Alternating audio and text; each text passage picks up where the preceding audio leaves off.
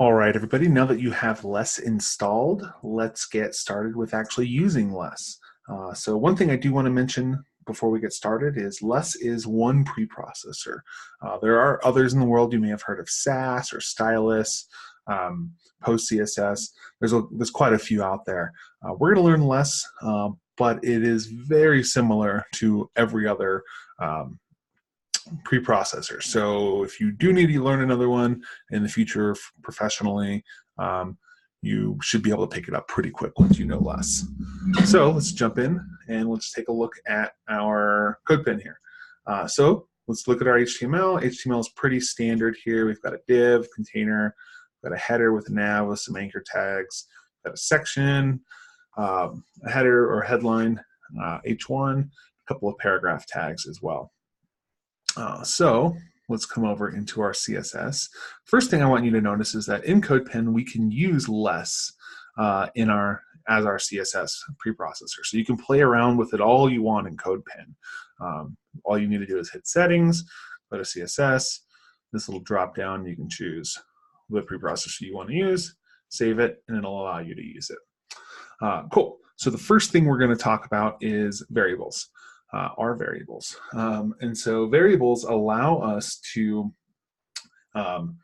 name our variable and then set it to a value, and we're able to use that variable within our less wherever we want.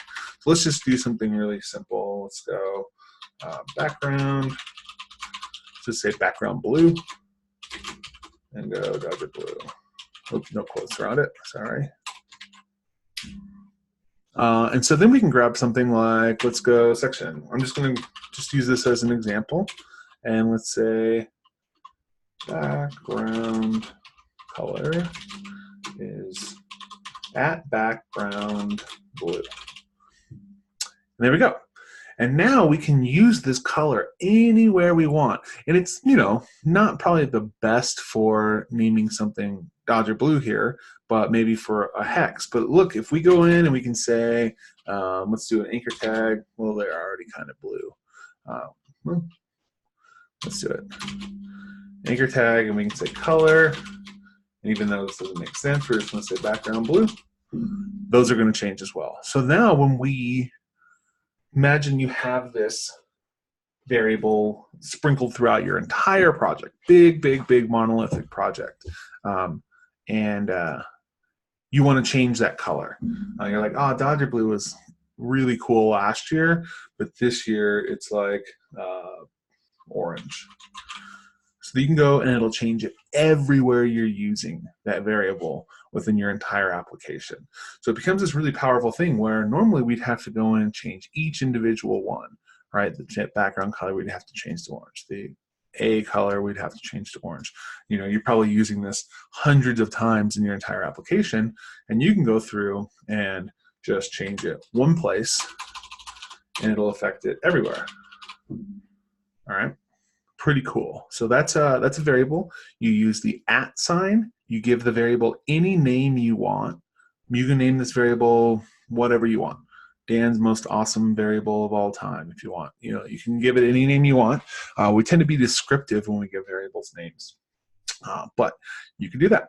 So let's keep this up there, but I'm going to delete this real quick. Should see it all go away. Okay, so the next thing I want to talk about is nesting. So we know how to use specificity to our advantage and to be able to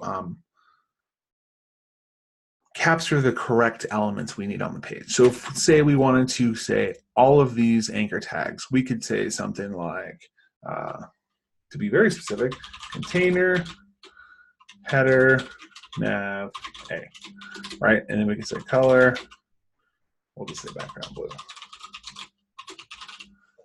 Oh, didn't add my @ symbol in there. And there we go. We know we can be very specific with this. But the thing is if we want to do container, we have to do our container. If we want to do our header, we're going to have to go container header. If we want to do our nav separately, container nav. And let's kind of come through and do this. Let's go on this. We're going to go width. 100% than what it should be. Let's go into our nav and say width 100%. And then let's say we're going to display flex, justify content, space between.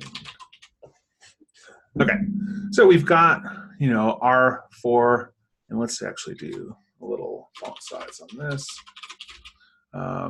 We're going to go 1.16, let's go 1.3 rem. Just make those a little bit bigger, and we'll go text, decoration, none. Okay. Great, so now we have some style for our page, just for our nav up here, our header and our nav. Okay, this is great, but the beautiful thing about less is that it allows us to nest these. So we're not any longer going to have to define this, we should say header on there as well. We don't have to define this hierarchy here. We can actually define this hierarchy once and inline. So let's say we build our container, and I'm going to comment this out so that we can see it actually happening. We build the container, and inside of the container, we know that our container is our parent, right? And so inside of the container, we have some children. We can just put those directly in the container, and that's going to define that specificity automatically for us. So if I say header, and I say width 100%, you're like, okay, well, I didn't see anything happen there. That's fine. And inside of there, we see that our header is the parent, and there's a child in the header called nav. So let's just do nav in here. And we can say nav is, we got quite a few things in here. I'm just going to copy paste them.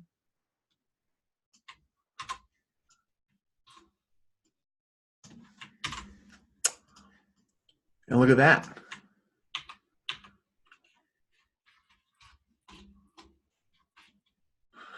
Now we see that it's actually, we have taken all of these lines and just put them directly in line here. And so we have this logical idea of what's going on with our CSS. We see like parent, okay, header must be a child of the container. Nav must be a child of header, right? And you know, if this was outside of header, it wouldn't work because that's not a child of header, right? So we can just write our CSS nested in line here, and in nav we can just also put our A, anchor tag, and then give it that right there. And let's format this code a little bit.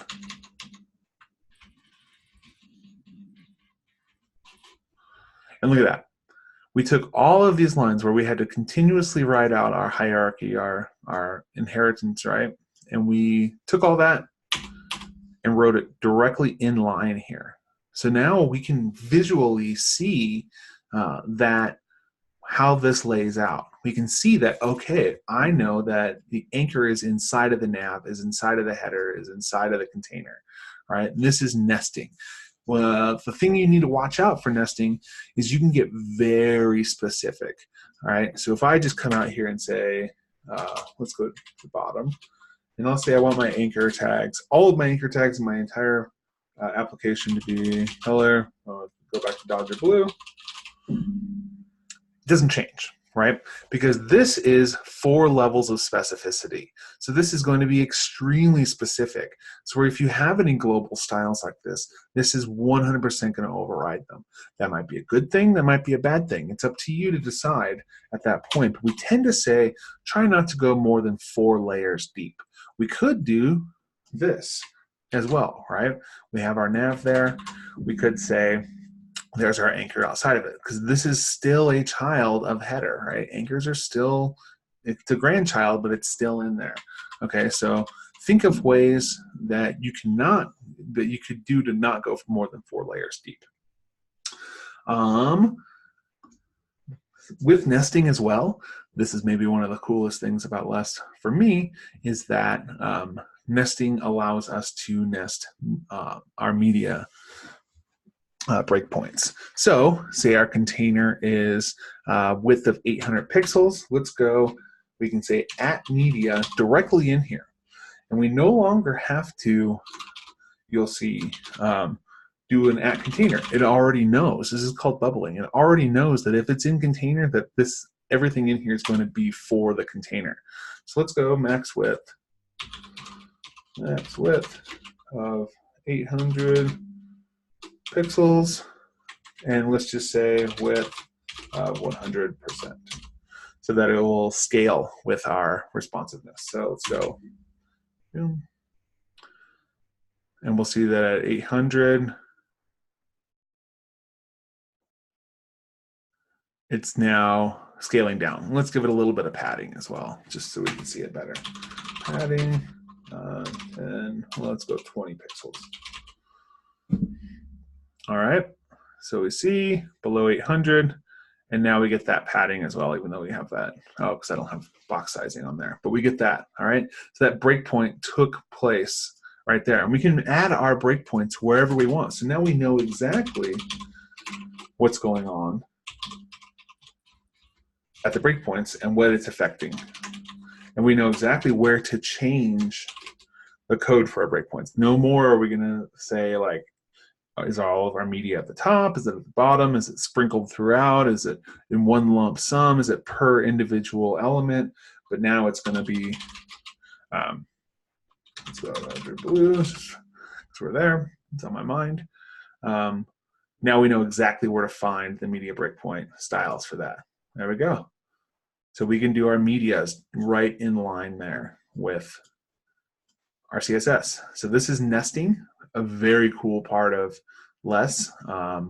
I'll be honest, once you start writing it this way, it's very hard to write it the traditional CSS way. You'll find yourself, if you have to write traditional vanilla CSS, you'll find yourself trying to nest and realizing it doesn't work anymore. But that's nesting for us. Cool. One thing let's talk about, next thing is what's called a mixin. Mixins are chunks of CSS that we can reuse anywhere we want throughout our entire page here. So we can define a mixin anywhere we want. Let's just go here. Let's just call this purple text.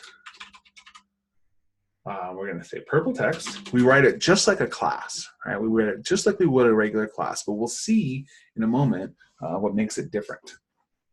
So we're going to say purple text, and then we are going to write something like background. Oh no, let's not do background color. Let's just go regular color is going to be, we can use mixing with, remember we can use our variables anywhere we want.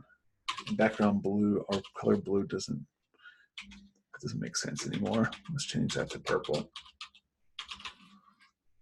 Purple.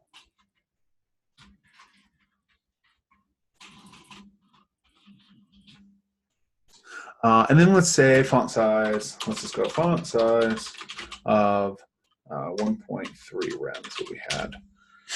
Okay, so then we have this thing, and you're gonna see this class, and we're gonna see like, well, there's no class on this entire HTML document that's called purple text. Well, we can do something with this that allows us to say that this is not a class specific, but this is a mixin.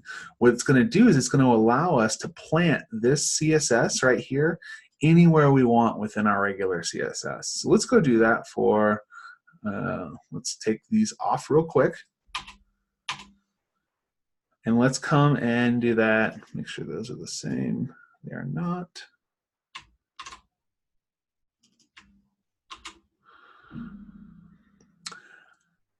What we're going to do in our anchor tag here, we see that we have blue, we have text decoration none. And let's make this like really very noticeable. Let's go, no, not 12, 2 rem. All right. So how we do it is right in our CSS, we're going to say dot purple text, and then we're going to do an open and close parentheses. And now our CSS is going to inherit all of the properties inside of there. into our CSS here. And if you go and we can view compiled CSS, and we can see that there it is, right in there. Okay, our color purple, font size is 2rem. So we can add that anywhere we want. Let's go do something like, let's just say our paragraph tags. It's in the container, right? Well, we can do, let's do a little section, P, and then purple text. And now it inherits all of that CSS. So this is a mix-in, and we can use this wherever we want. So this allows us to use our code, keep our code dry, which is an acronym for don't repeat yourself. So we can, if we find ourselves using the same little block of code over and over and over again, that's a great point to say, like, this should be a mix-in. If it's the same exact block of code. And then tomorrow or the next lesson, we'll learn about ways to input some data and get a different mix-in for each one. But for right now, we're just going to write a block of code, and we can insert that anywhere we want in our text, in our page here. And that's called a mix-in. Okay, one last thing. Let's do it in our section here. One last thing is that we can use math operations as well in our less. Okay, we can use plus, minus, multiply, divide. There's many more that we'll learn about in the next lesson, but right in line here. So let's say we want our section. We want our section to always be 10% smaller than the outside lying area, right? So we can just say width 100%, and that's 100% of our container, right? Because that's parent, 100% of its parent. But then let's say minus 10%. And now notice that we get this 10% of the container. We have this container is going to be 90%. And you're like, oh yeah, I can just do 90%. But sometimes you can't, right? Let's say you want to do 90%. You want to do 10% of 90% of the container. You can do that as well. So you can just do math operations directly in line here. You don't have to pull your calculator out to find the exact percentage or the exact pixel width. Sometimes, like when you're using an image, you don't set the width of it. You just get whatever comes back from the server, and you can say 10% minus whatever the width of that thing is going to be, and you can use that right in line like that. So that's operators, and if we wanted to do plus 10%, then we get 100%, right? But so it's pretty cool stuff to be able to do. You can do plus 10 pixels instead. So yeah, how would you find that 90% plus 10 pixels, right? So that's what we've got for you. Then this one, nesting, mix-ins, media operations, and variables. See you in the next video.